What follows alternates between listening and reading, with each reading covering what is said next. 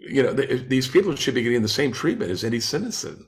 And in the past, they have not. If you look at the statistics, it's like quadruple the amount of missing and murdered people in that country, including the US, more so with indigenous than it is with non-indigenous people. Mm. Hello and welcome to this podcast conversation of the Epic Kate Show. I'm really pleased to bring back Kenny Lee Lewis to the program.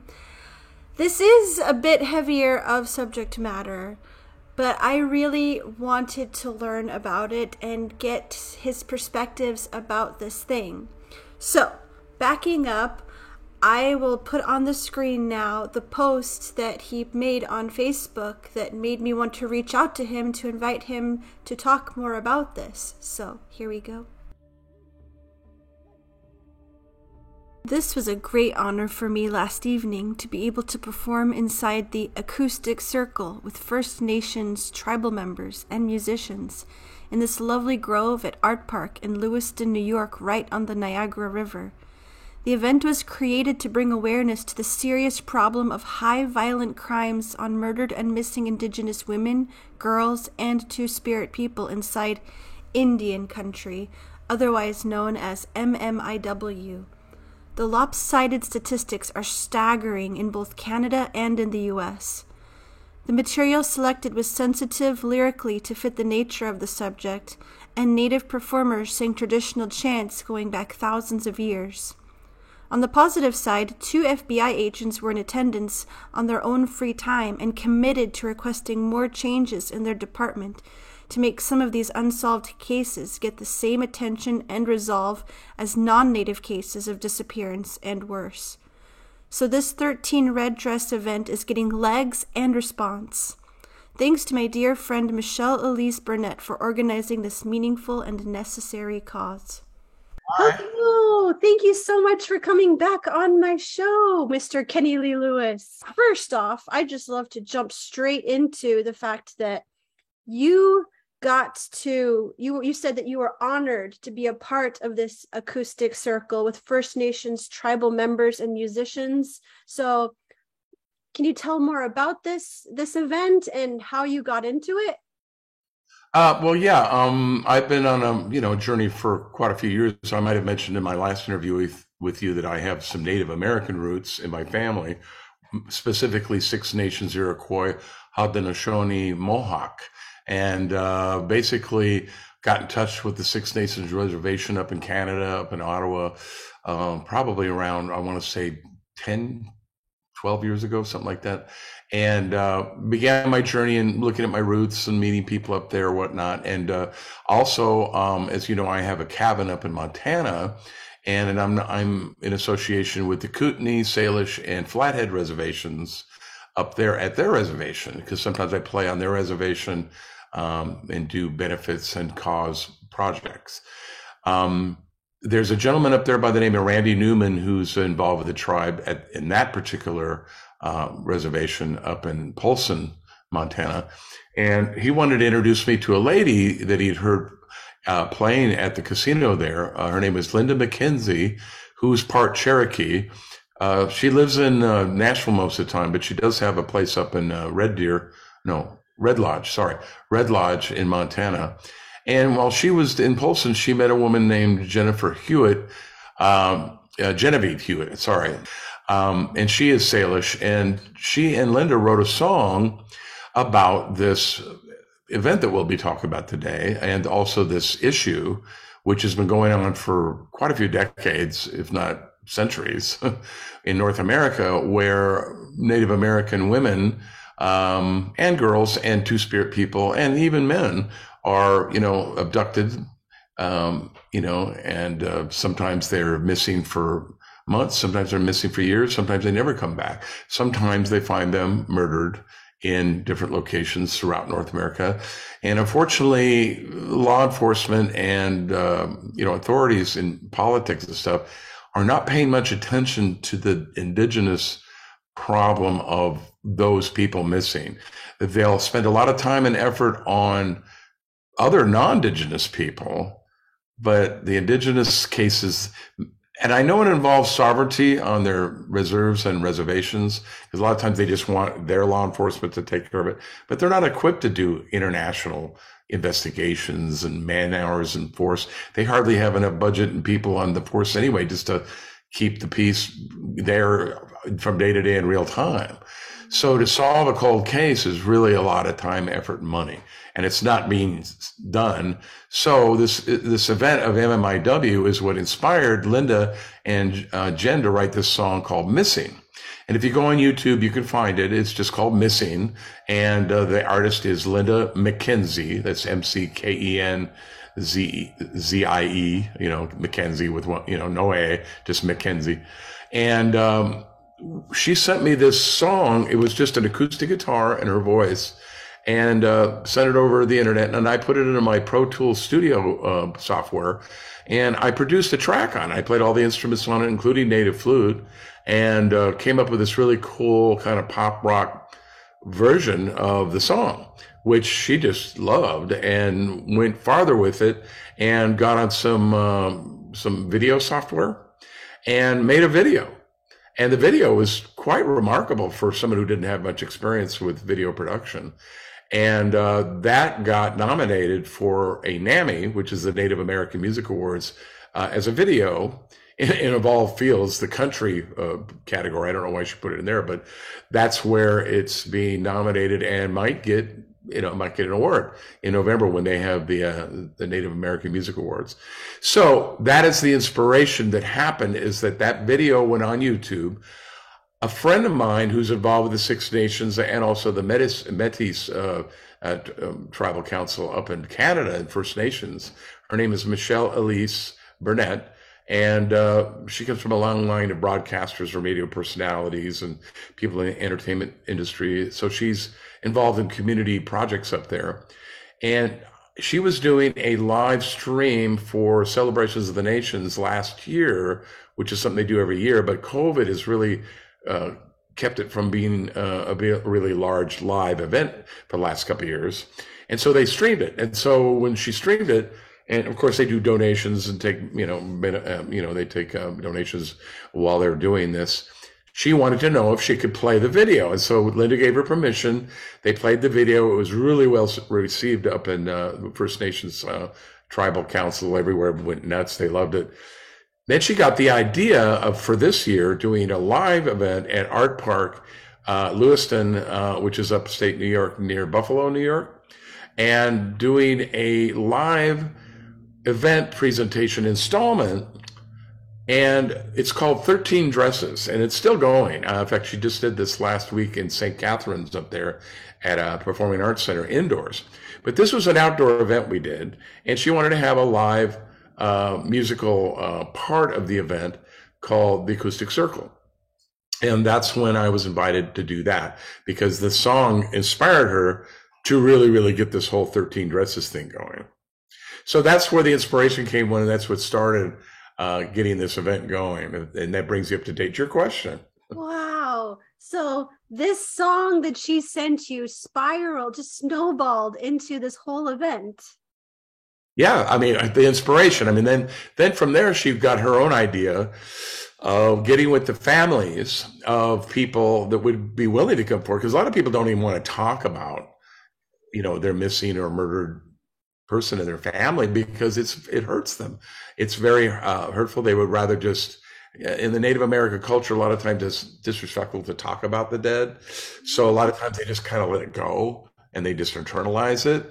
But that's not always the greatest thing, because then it festers. So some of the families did come forward when Michelle Elise made the offer for them to come and tell their story about what happened and how the family and loved ones are dealing with it and how they're expressing themselves. And then so what Michelle Elise came up with was, why don't you design a red dress? Because the red dress is the symbol they're using now for MMIW. Also the purple hand over the face.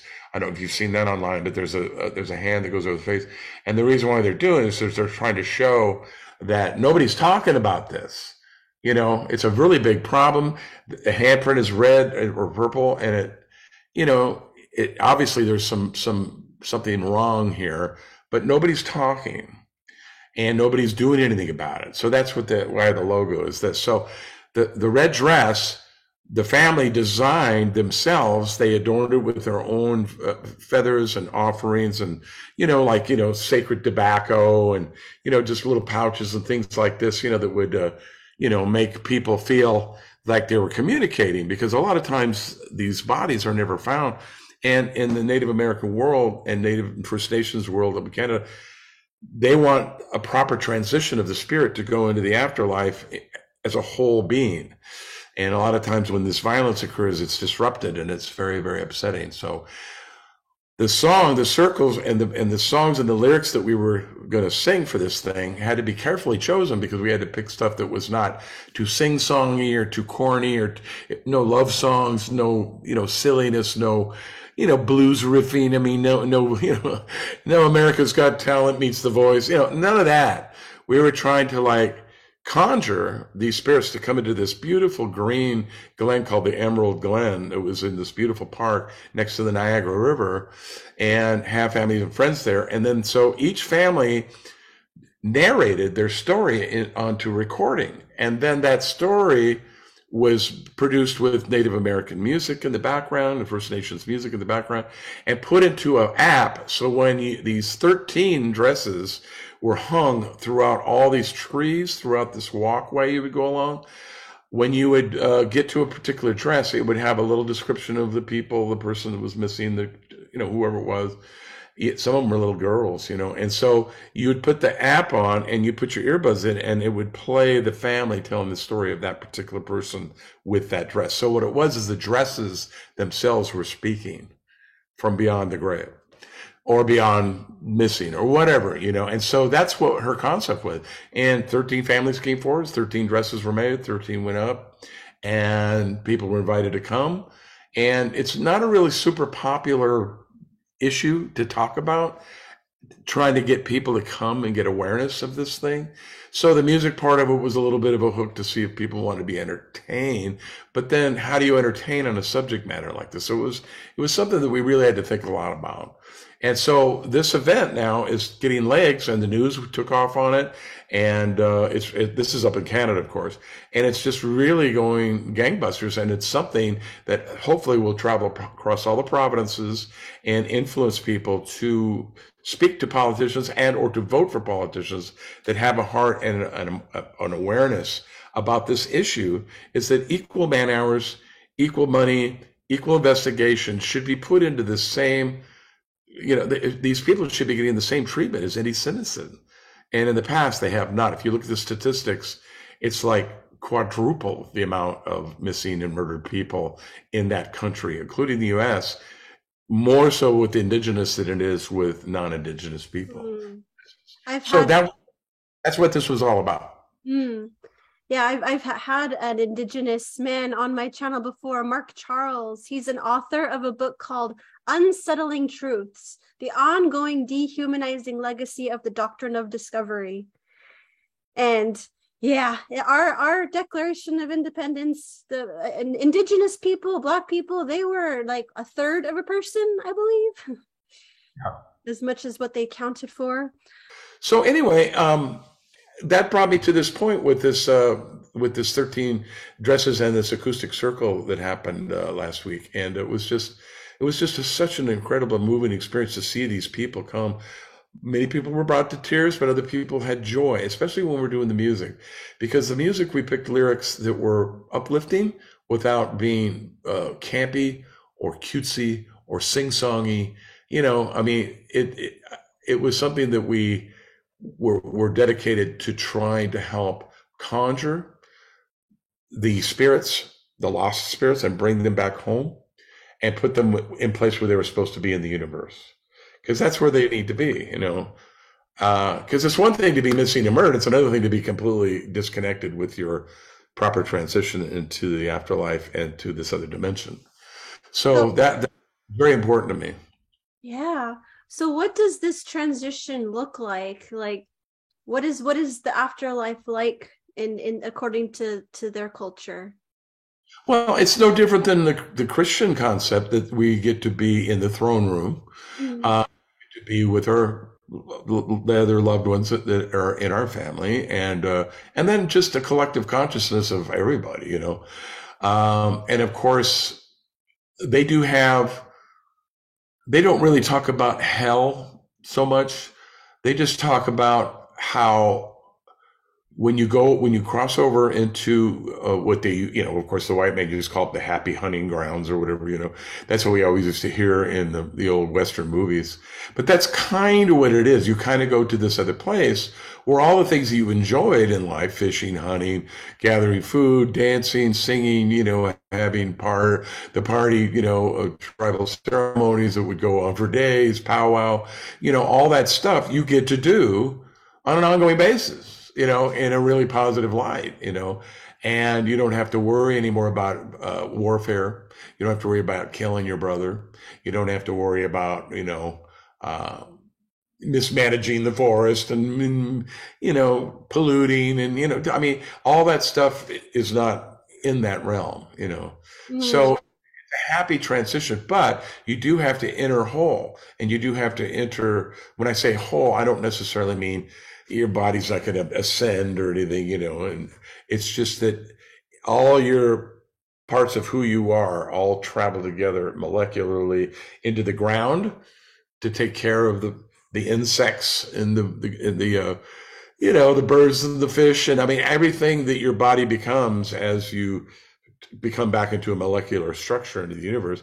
Your spirit goes whole, as it were, as it was living inside your body. And, that's the reason why they would always, just like Vikings. Come on, you're a Viking. The Vikings and, the Romans and the Greek. I mean, they would always put, the weaponry, the shield, they'd always have an arrow bow, some jewelry so they'd look good, I mean, all the stuff that you'd need to go to the afterlife were usually buried with them. Then of course the Romans would put the coins on the eyes, I mean, it's all that stuff. So it's all part of that early, connection to earth and connection to the afterlife.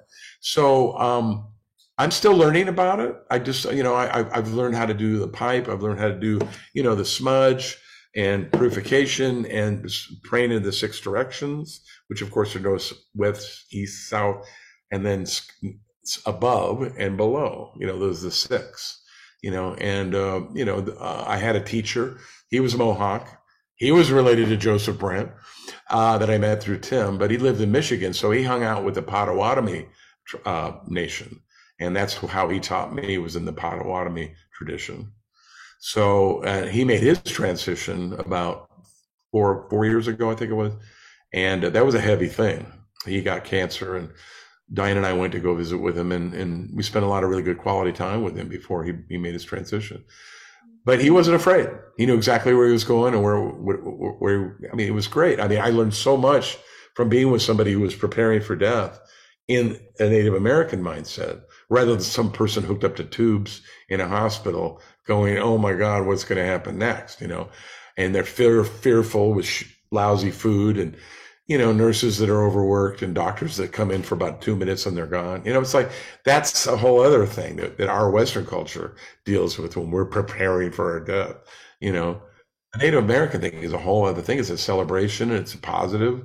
When it finally happens, it's a very beautiful and wonderful ceremony. And then there is a wake, like the Irish, and some other cultures, of course. But yeah, it's like Jewish. I mean, the body lays estate for 3 days. It's like you don't just take all the fluids out and embalm them immediately. It's like it's a natural thing. It's a natural order, And then when things start to get where they need to change, then of course you do all that and you prepare. And then you put the sage and you put the puff balls on the ears and everything where the probiotic bacteria are going to come in. It's like all this stuff I never heard about. It's a pine box, so it's really easy for the transference to go back and forth. It's not some fancy sarcophagus. The Egyptian thing is a whole other thing, and we kind of like do a little bit of that in our Western culture with the mausoleum, with the embalming and blah blah blah blah blah. And it's like, it's interesting that as being Christians who are not supposed to be about superstition, folklore, or pagan beliefs, we do some stuff that's pretty Egyptian and pretty weird. It's funny, but But anyway, that brings you up to date to my journey and why I was involved with this thing. And it really, really meant a lot to me. And we just had a great time. So I wanted to take it back to the this acoustic circle. That's what it's called, right? Right. We didn't want to do electric because we wanted to be more organic, and the vibrations of the wood So have a different feel when they're coming at you. We did amplify them with microphones, but it was acoustic wood that was vibrating. I'm interested in how it was. How did it feel to hear those ancient traditional chants? Like, did you feel the spirits of the people that were getting peace? How was it like a spiritual experience for you? The young man from Canada, and he was Ash, Ash, Anishinaabe kid. He was only 25 years old. He came to our rehearsal the night before, and he wanted to do an original song he'd written, but he hadn't finished it yet. And he was real quiet while he was singing it, and I couldn't understand the words. And I'm a teacher. I'm a music teacher, so I was real kind with him. I said, you know, raise your voice, get a little closer to the mic. Let's hear your lead vocal, what you're doing, and then I asked him about the lyrics, and then he told me it was a love song, and it was a relational love song, like between a guy and a girl, or something like that.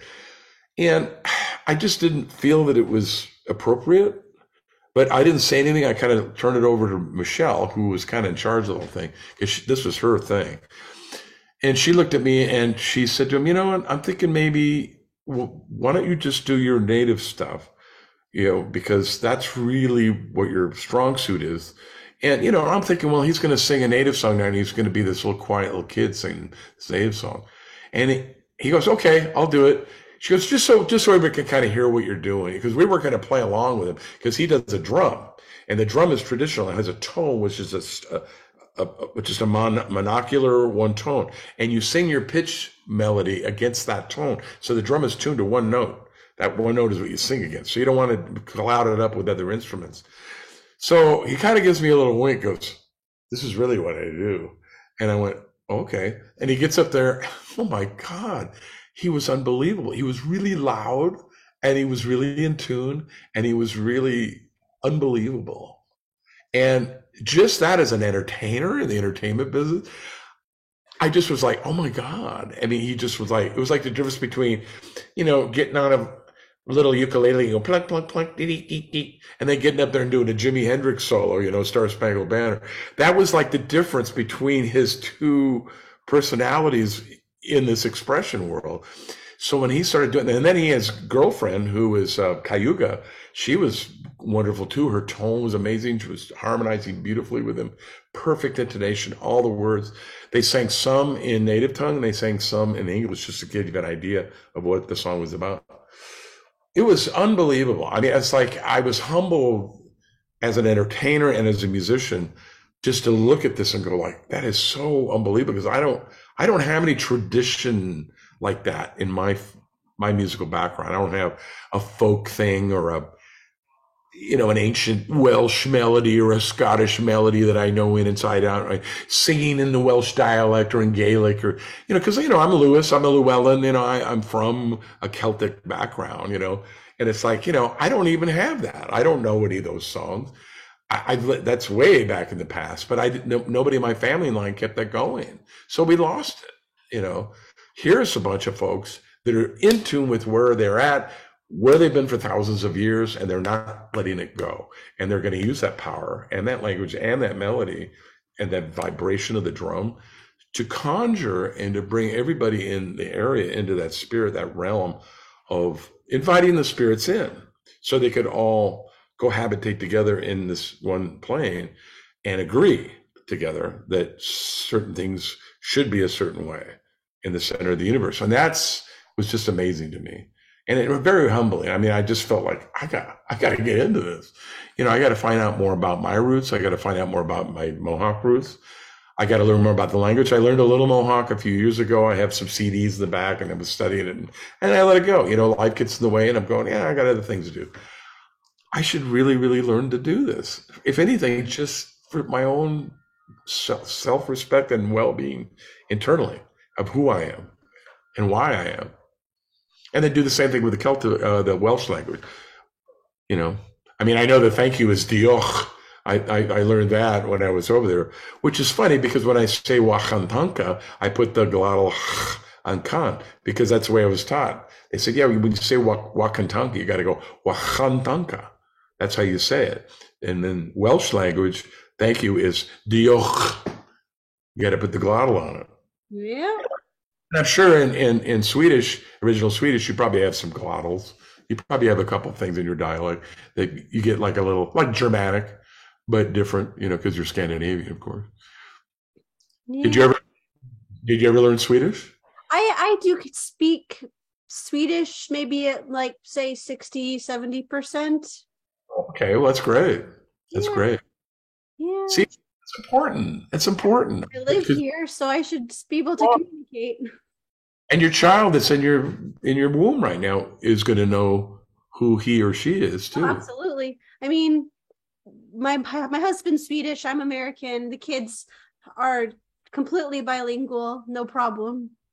I didn't know you were American. Are you a Scandinavian background American? I am like 1/13 Swedish. I'm a normal American European mongrel, you know. Like me. Okay. I did not know that. Really didn't. I mean, I just assumed that you had Scandinavian roots. So that's very interesting, Kate. And nice knowing a sister of the Heinz 57 variety. Wow. That's great. Yeah. So when Yeah, we before we hit record, you had mentioned the white smudge, the white sage, the white smudge, and the sacred tobacco. And I wanted to give you the chance to share about what that means to you and what it meant to the ceremony that you were a part of. well, the white sage grows, you know, all over North America and Canada. It's very common. It was used as a air purifier. It was used as a deodorant. It was used as many different things.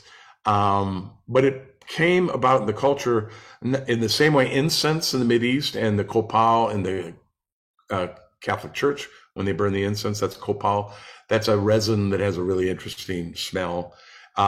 This is got a similar sort of a stigma with it that basically when you light it, it burns like incense, but naturally. It's not a processed thing. These are just leaves that are bound together. I'm sure that some people out here listening to the audience know what this is.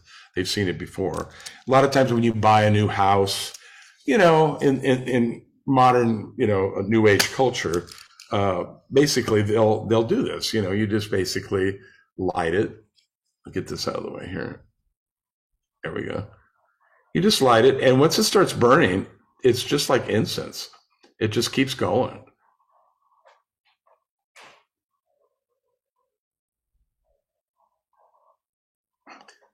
And then what you do is you take the smoke, and in this sense, it's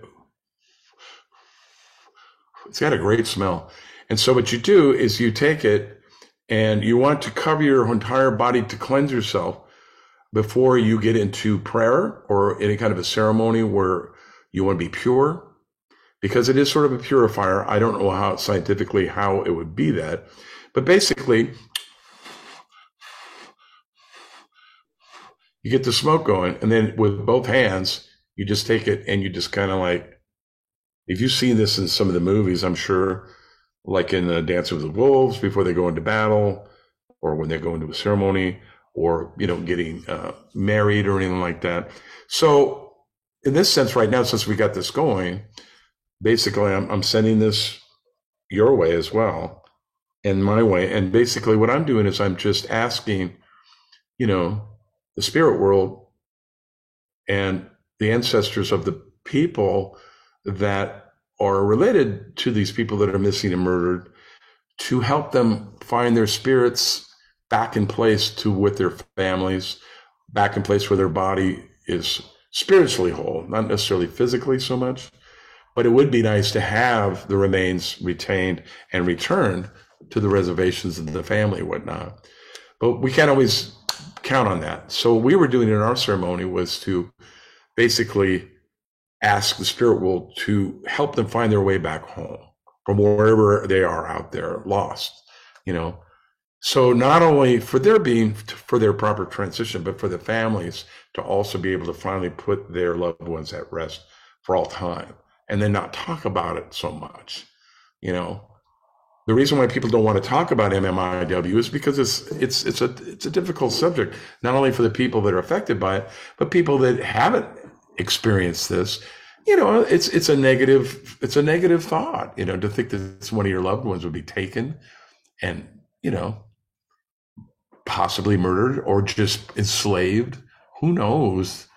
You know, I mean, some of them are taken to foreign countries. I mean, you've seen the movie Taken with, Liam Neeson. You know, he loses his daughter to a bunch of Chechens that put her into a sex ring, get her addicted to heroin or whatever drug it is. And she just becomes a sex slave for their money-making purposes, never to be seen again, you know? And, sometimes those people just disappear. Even in The Godfather, we see the scene where the Senator Geary is, you know, with a girl and she ends up dying in some thing that they were involved in. And they tell him, they said, this woman has no family. She has no connection to anybody in the outside because she's been stolen. She was taken. And therefore, when they took her body and went and burned her or whatever, he would not be in any lawsuit. He could remain a senator and be married to his wife Kate and do all the shit he did in the movie, who was kind of like a bad person, you know, but he represented a lot of people that are in our Senate right now, you know, that get away with murder, basically, literally and figuratively. But that aside, we're talking about the victims. They need to be brought back and brought back in the proper way and brought back whole spiritually so they can go into the afterlife. Even though they went through this horrible experience, everybody that's involved finds peace in some kind of way. And the smudge is just a ceremonial part of that, but it's supposed to be purifying your soul. So when you go into prayer and you go into this space, you respectfully smell this, because when you smell this, it's a great smell. And it doesn't smell like incense. It doesn't smell soapy. It doesn't smell like other things that I've smelled before, or even like copal in the Catholic Church. This has a real organic nature kind of a smell, almost the smell you smell after a forest fire when everything's gone out, and it doesn't smell bad. It smells kind of renewed. It smells kind of like it's going to get fertile and like green grass is going to start growing pretty soon. That's that smell. It's a fertility, positive, uplifting kind of a smell. It's really nice. So anyway, thank you for letting me do that. Yeah. Love your neighbor as you would love yourself and your family, and just be kind. That's it. You know, I mean, that's basically what it is. And the Native Americans, we're getting ready to come into Thanksgiving in November. I mean, that's basically what they did. They saw these poor people in Jamestown that were freezing. They couldn't grow any crops. They couldn't get out and go hunting. You know, so they said, take them a couple turkeys and some deer and some corn. You know, we'll talk to them in the spring. Maybe we can work this out, teach them how to survive. Maybe they won't massacre us once they're on their feet.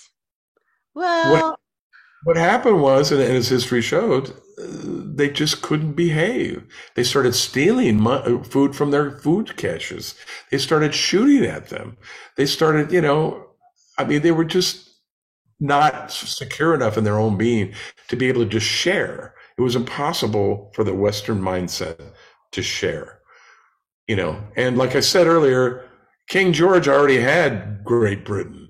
You know, he already had a lot of Europe and Australia and whatever they had at that time. When he aligned himself with the Iroquois nation, he knew that they would be a great instrument to help keep the United States for Britain. And that's why he asked the Six Nations to help him. And that's why he gave them such generous land grants and took care of them. So George Washington wasn't doing that. He's got letters that I can bring up on the internet that says we need to exterminate all these people. Yep.